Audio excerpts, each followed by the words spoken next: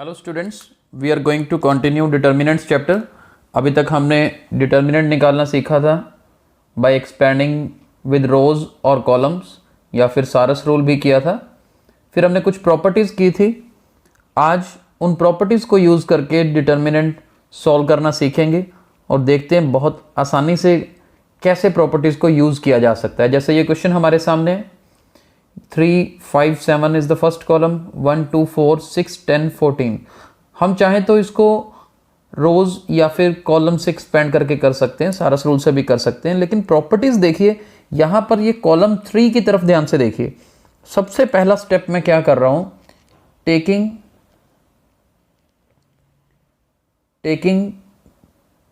2 common. मैं 2 common ले रहा हूं जी, बड़े ध्यान से देखिएगा। Taking 2 common from column 3। Column 3 से अगर हम 2 कॉमन लेते हैं तो देखते हैं क्या बनता है। ये देखिए, सेम डिटर्मिनेंट में 2 बाहर आ जाएगा। 3, 5, 7, 1, 2, 4। अब यहां से हमने 2 कॉमन निकाला है ना, तो 6 को 2 से डिवाइड करेंगे तो 3, 10 को 2 से डिवाइड करेंगे तो 5, 14 को 2 से डिवाइड करेंगे तो 7। अब ध्यान से देखिए क्या हो गया। फर्स्ट कॉलम और लास्ट थर्ड कॉलम दोनों बिल्कुल एक जैसे हो गए। तो देखो, ये प्रॉपर्टीज हमने जो कल पढ़ी थी उनका बहुत यूज हो रहा है यहाँ पर। फर्स्ट और थर्ड कॉलम बिल्कुल सेम है, तो इसका मतलब ये डिटर्मिनेंट की वैल्यू क्या होगी, 0। ये कल हमने पढ़ा था कि इन केस 2 कॉलम या फिर 2 रोज अगर आइडेंटिकल्स हों, जैसे यहाँ पर C1 and C3 are identical, यानी कि बिल्कुल सेम है, तो इन दैट केस डिटर्मिनेंट की वैल्यू क्या होती है, 0 होती है।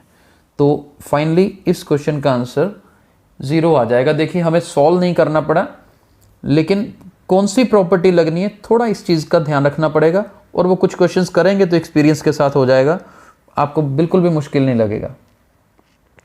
और देखते हैं 1, 1, 1, ध्यान से देखना है इसको। ABC, एक ले लेते हैं B+C, C+A, A+B। अब अगर ये क्वेश्चन आ जाए और प्रॉपर्टीज यूज करके डिटर्मिनेंट की वैल्यू निकालनी हो, तो इसमें हम कैसे करेंगे, बड़े ध्यान से देखते हैं। सबसे पहला स्टेप क्या अप्लाई करेंगे, देखिए। सबसे पहला स्टेप मैं यहां पर अप्लाई करूंगा, applying C3 as C3 plus C2। देखो, ये प्रॉपर्टी कल पढ़ी थी हमने, 6 प्रॉपर्टी पढ़ी थी कि एक कॉलम में दूसरे कॉलम को ऐड या कर सकते हैं हम, राइट। तो C3 में हमने C3 प्लस C2 कर दिया। इससे क्या होगा, पहली बात तो कॉलम 3 में ही चेंज आएगा, इसलिए पहले 2 कॉलम तो सेम लिख रहे हैं। अब देखो, B+C में ये A ऐड हो जाएगा तो क्या बनेगा, A plus B plus C। C+A में ये B ऐड हो जाएगा तो भी A plus B plus C, और लास्ट वाले A प्लस B में भी C ऐड होगा। तो देखिए, ये बन गया हमारे पास। अब थर्ड कॉलम में से A plus B plus C common, बिल्कुल ऐसे ही लिखना भी है, कॉमन निकाल लिया हमने थर्ड कॉलम से। क्या बनेगा, 1, 1, 1, ABC 1, 1, 1। तो क्या बना, A plus B plus C। Determinant में 2 कॉलम देखो सेम आ रहे हैं, यानी कि इसका डिटर्मिनेंट की वैल्यू क्या होगी, 0 होगी, और फाइनल आंसर भी प्रोडक्ट के बाद इस क्वेश्चन का 0 आएगा। तो इस तरह से प्रॉपर्टीज को यूज करते हैं। आई होप आपको अब समझ आ रहा होगा। कुछ और क्वेश्चंस करेंगे और क्लैरिटी होगी। नेक्स्ट क्वेश्चन पे चलते हैं। चलिए, इस क्वेश्चन को देखिए। इसमें हमारे पास 43, 35, 17, 1, 7, 3, 6, 4, 2 ये वैल्यूज हैं। प्रॉपर्टीज यूज करके इवेल्युएट करना है। इसमें देखिए, ध्यान से देखिए, मैं यहां पर कर रहा हूं ऑपरेटिंग, ये भी वर्ड यूज कर सकते हैं। C1 as C1 minus 7 times C3।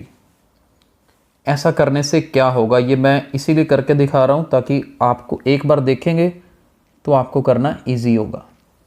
देखिए C1 minus 7 times C3, C1 में मेरे पास सबसे पहले नंबर पे 43 वैल्यू है, इसमें से C3 को माइनस करना है 7 से मल्टीप्लाई करने के बाद। अब 7 से 6 को मल्टीप्लाई करूंगा तो क्या बनेगा 42, 43 में से 42 माइनस करेंगे तो 1। ऐसे देखिए 4 को 7 से मल्टीप्लाई करेंगे तो 28, 35 में से 28 माइनस करेंगे तो 7, 7 2 14, 17 में से 14 माइनस करेंगे तो 3। अब देखते हैं क्या बना। ऐसा करने से फर्स्ट 2 कॉलम्स देखो बिल्कुल सेम बन रहे हैं, बस इसका आंसर 0 लिख सकते हैं। साथ में रीज़न क्या लिख देंगे, since column 1 and column 2 are identical, right. 2 columns identical हैं तो इसका आंसर क्या होगा, 0 होगा। चलिए नेक्स्ट क्वेश्चन पे देख चलते हैं। चलिए ये क्वेश्चन देखिए, without expanding prove that the determinant vanishes. Vanishes मतलब डिटर्मिनेंट की वैल्यू 0, यानी कि इसे बिना एक्सपेंड किए यानी कि प्रॉपर्टीज यूज़ करके इसका आंसर 0 प्रूव करो। तो यहाँ पर हमारा स्टेप क्या करना होगा, ऑपरेटिंग, यहाँ पर हम करेंगे operating C3 as C3 minus C2। ये देखिए ये हम करेंगे तो क्या बनेगा, पहली बात तो C3 में ही चेंज आएगा, A प्लस बी मेरा C3 है, इसमें से अगर मैंने इस B को माइनस करूंगा तो क्या बनेगा, A बनेगा। B प्लस C में से इस C को माइनस करूंगा तो B बनेगा। C प्लस A में से इस A को अगर माइनस करूंगा तो C बनेगा। तो क्या बन गया हमारे पास, ABC 2 कॉलम सेम आ गए, तो देखो आंसर क्या हुआ, 0 हुआ।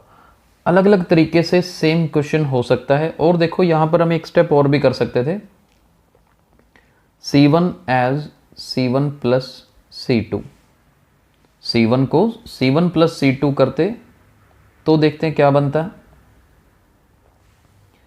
A प्लस बी बन जाता फर्स्ट नंबर पे क्योंकि कॉलम 1 में ही चेंज होगा, B में ये C ऐड होता तो B plus C plus A, और बाकी दोनों कॉलम्स सेम रहते, राइट। तो अब देखिए 2 कॉलम फर्स्ट और लास्ट वाला सेम आ गया, यानी कि डिटर्मिनेंट क्या होगा, 0 होगा, राइट। तो बिल्कुल आसान है। अभी और करते हैं आगे, देखिए बहुत आसान लगेंगे। आज कुछ आसान क्वेश्चन कर रहे हैं, कल डिफिकल्टी लेवल इंक्रीज करेंगे। चलिए नेक्स्ट क्वेश्चन पे चलते हैं। चलिए ये क्वेश्चन देखिए, without expanding prove that the determinant vanishes. बिल्कुल सेम इसका आंसर 0 प्रूव करना है। कैसे 0 प्रूव करना है, बिना एक्सपेंड किए प्रॉपर्टीज यूज करके। बड़े ध्यान से देखना, सबसे पहला स्टेप मैं यहां पर क्या कर रहा हूं, मल्टीप्लाइंग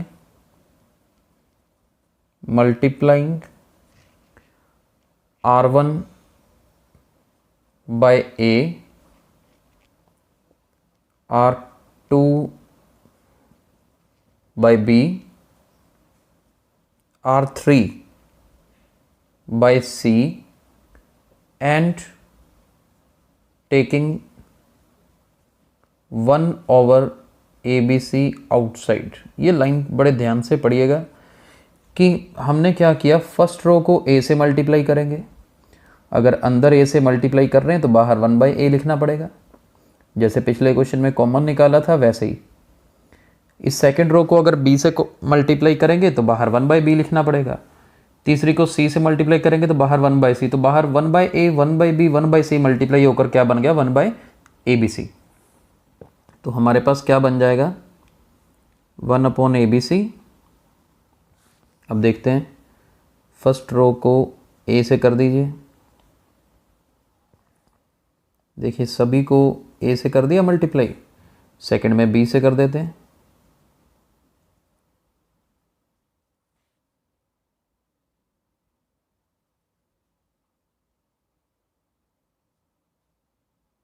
थर्ड को सी से कर देते हैं, सी ए स्क्र बी स्क्र, यहाँ पर ए बी सी आ जाएगा और इधर करेंगे तो a C plus B c, right. तो यहाँ तक करने के बाद हमारे पास देखिए a B c a B c a B c यहाँ पर भी है, a B c a B c a B c, दोनों कॉलम C1 और C2 दोनों में से एक एक ए बी सी बाहर आएगा और हम लिख देंगे साइड में कि taking A B C common from C1 as well as C2, और बनेगा क्या, 2 बार ए बी सी बाहर आया तो ए बी सी स्क्वायर बन गया, एक नीचे ए बी सी हमारे पास पहले से ही है। और देखते हैं यहाँ क्या बना, ए बी सी बाहर आ गया तो यहाँ बचा B c, c a B 1 1 1, यहाँ पर A B plus A C, B C plus A B, A C plus B C, ये बन गया हमारे पास जी। अब इसके बाद हम क्या करेंगे, इसके बाद देखिए हम करेंगे ऑपरेटिंग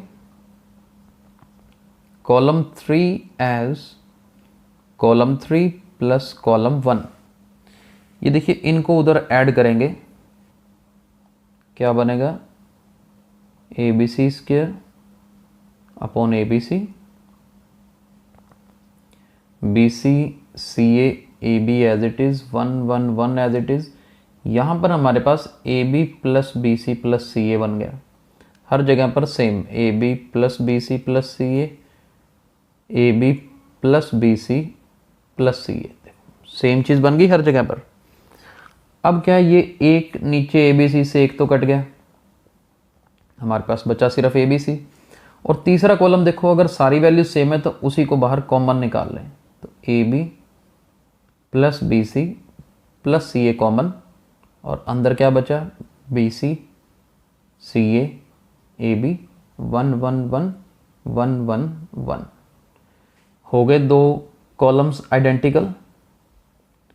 इसे लिखेंगे a B c into a B plus B C plus C a, और डिटर्मिनेंट की वैल्यू 0। फाइनली आंसर क्या आ जाएगा, 0 आ जाएगा। तो इस तरह से प्रॉपर्टीज हमने यूज करनी, हमने काफ़ी एग्जांपल्स आपको करवाई, तो इन एग्जांपल्स को अच्छे से वॉच करिए और आज की असाइनमेंट देख लीजिए। इसी तरह के मिलते जुलते क्वेश्चन आपको असाइनमेंट के लिए दे रहे हैं, आप उनको प्रैक्टिस करिए। कल हम आगे सेम काइंड ऑफ क्वेश्चंस को कंटिन्यू करेंगे। Thank you. चलिए असाइनमेंट देख लीजिए, 6 पार्ट्स हैं, सभी को 0 प्रूव करना है, वैनिश यानी कि सब डिटर्मिनेंट्स का आंसर आपको 0 प्रूव करना है without actual expansion, properties use करके। इन्हें ट्राई करिए। Thank you.